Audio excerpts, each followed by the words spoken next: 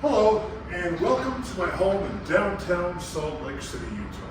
My name is John Rines, and I've been doing space communication now for a little over 2 years, and I've learned quite a bit.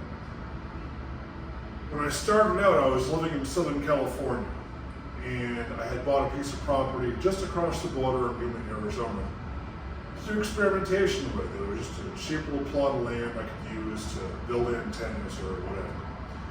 So, a real newbie to satellite communications completely. And my goal was to build a portable setup that I could use, I could have portable antennas, and I would have a permanent mount on the property that I could use for, we're talking to either amateur radio satellites or the International Space Station. So, my biggest hurdle was trying to figure out Doppler shift, and there's so much misinformation out there, or just wrong information, people with good intentions, but it's just wrong. So my first attempt at talking to the space station repeater failed because I had my Doppler corrections wrong. And how I do it is, my basic radio is the ICOM 705. And what I did was I programmed 40 channels of Doppler change in. So what happens is, as the satellite or the space station is coming overhead, on the ICOM 705, you just have to look for the downlink FM carrier, find it, and using your memory channel knob, just always stay on that downlink, always stay on that carrier, and you're spot on. If your uplink is correct as well too, and mine wasn't. So I drove back to California, and I was at a coffee shop and thinking, what am I doing wrong with this Doppler thing? Well, until I cranked the numbers, I found my problem. So this is the formula for calculating Doppler shift. When you have the frequency that you're seeing where you're standing, the frequency of the satellite or the space station, the speed of light or the speed of a radio wave is the V, and the velocity or the speed of the observer, which for you is 0, and the velocity of the satellite, which is the space station's moving at 25,000 feet per second. Anyway, you do all the algebra, and lo and behold, what I figured out what I was doing wrong was that the uplink and downlink Doppler shifts are inverse, okay? Now look at this analogy. We've all heard the train whistle analogy. You have a train coming toward you, and its whistle's blowing. Now, as it's coming towards you, the frequency sounds higher, you know? So, inversely, pretend you have a horn you can blast back at the train. So if I stand there stationary, I blast a horn loud enough the train can hear me back that way, that's going to have so he's coming closer to me as well, he's going to hear me at a high frequency as well. So what the general rule has been, what a lot of people just go by, is that you set your uplink frequency on one frequency, and that's it. You never change it, and you just work on your downlink, your receive. That's not totally correct. It will do if you keep that center frequency as your only frequency for your uplink.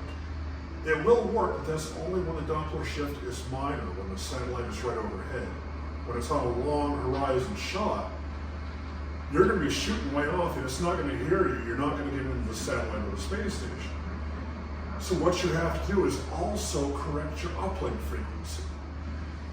So I made a little chart. This is just a basic, you can zoom in on this if you need to.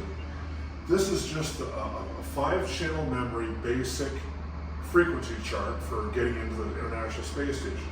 Memory channels 1, 2, 3, 4, 5. This is the most basic you can get. I have 40 channels of resolution, here's 5. You can get these numbers either by running the formula or you could actually interpolate this if you wanted to. Anyway, it's just algebra.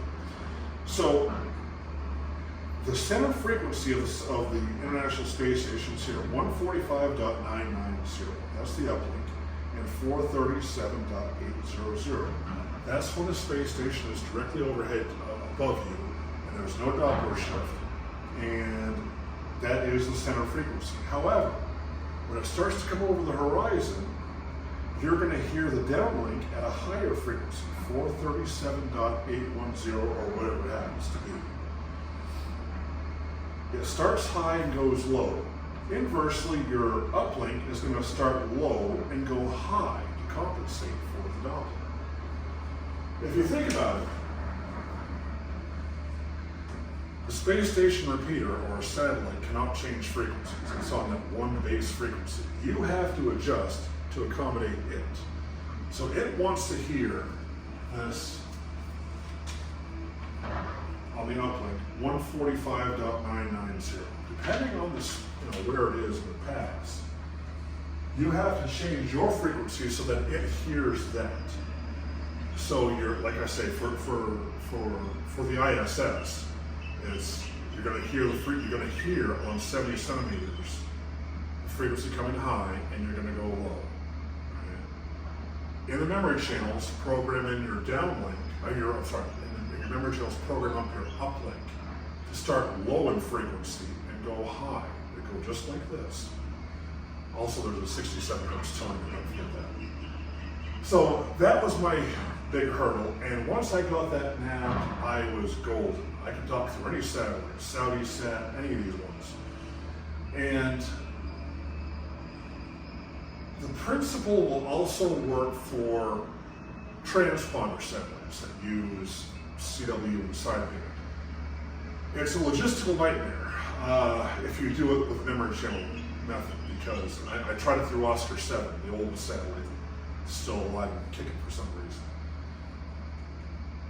I put 40 channels of resolution in, and I was talking to a guy in California, but I couldn't quite get it because, first of all, sideband is very narrow, and as you know, if you're not spot on, it sounds like Mickey Mouse or Donald Duck.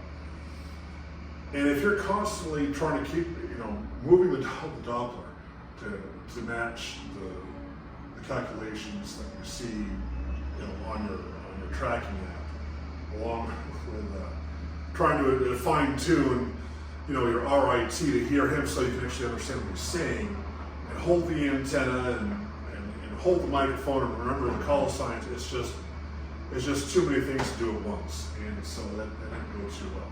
But for FM, it's more forgiving. There's more of a pass band in FM, so you can actually get away with 5 channels. I put 40 in to be spot on no matter what.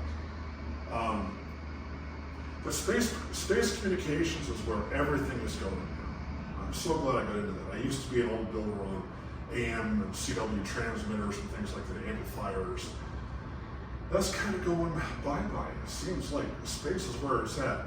Believe it or not, in this humble apartment of mine, I also have a